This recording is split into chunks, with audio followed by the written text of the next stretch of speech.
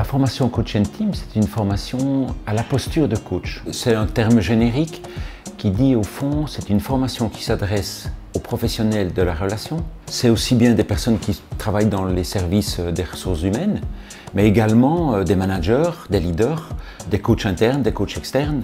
Toute personne qui est en relation finalement et qui décide, qui désire adapter sa posture à l'environnement professionnel dans lequel nous vivons aujourd'hui. Ce qui rend cette formation particulière, unique, c'est qu'elle prend en compte l'ensemble, le système, si vous voulez, qui est autour de nous. Et donc, quand je dis système, elle prend en compte les individus, elle prend en compte les équipes et elle prend en compte les organisations. Et donc, tout au long de ces 15 mois de formation, nous travaillons sur ces trois axes. L'individuel, le coaching individuel, l'équipe, le coaching d'équipe, le team building, et puis l'organisation, le développement des organisations, le déploiement des organisations, l'alignement des organisations dans l'environnement qui est le nôtre. Il y a une deuxième particularité, c'est que nous visons la croissance de chacun de ces systèmes et nous appelons ça dans notre langage la croissance identitaire de chacun de ces systèmes. C'est-à-dire que nous accompagnons les gens dans une croissance de culture, une croissance de leurs gestes et de leur impact, au fond, dans leur environnement.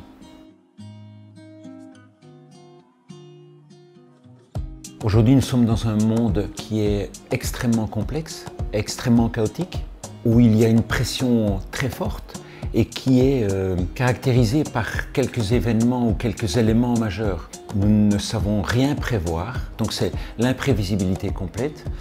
On ne peut jamais être certain du résultat, donc c'est l'incertitude complète. Compte tenu de cela, c'est comment, alors qu'on essaye de pousser l'être humain dans un maximum de performance, on se rend compte que l'être humain, bien, il est faillible, il fait des erreurs. Et les enjeux de cette formation, c'est de nous apprendre, d'abord nous en tant que personnes professionnelles de la relation, à avoir une certaine flexibilité, pouvoir nous ajuster dans l'environnement dans lequel on est, pour qu'à notre tour, nous puissions aider nos clients, nos équipes, à acquérir cette même flexibilité, cette même souplesse, à vivre dans ce monde complexe et dans le chaos dans lequel nous sommes.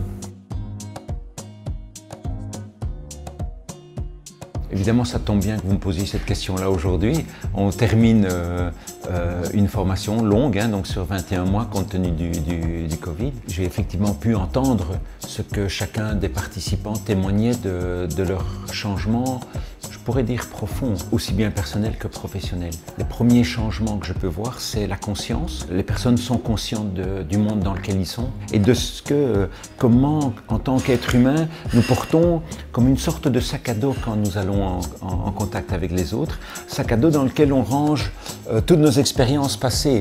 Et donc il y a de la conscience par rapport à tout ce qu'ils ont rangé dans leur sac à dos quand ils sont en contact avec les gens. Le deuxième niveau, c'est autonomie. Ils retrouvent en fait une capacité de décider, une capacité de dire non et par là même une capacité de dire un vrai oui. Et puis ils ont aussi des outils qu'ils peuvent utiliser dans la relation avec leurs collaborateurs. Quelque part, une des spécificités de Coach and Team, c'est une formation, un accompagnement qui est fondamentalement centré sur le sens. C'est-à-dire, quel est le sens de ma vie, quel est le sens de mon travail? Comment transmettre, comment porter du sens pour que mes collaborateurs dans l'entreprise puissent eux aussi être interpellés. Non pas prendre le sens que je leur propose nécessairement, mais que nous puissions partager un minimum de sens pour que, ensemble, nous puissions travailler.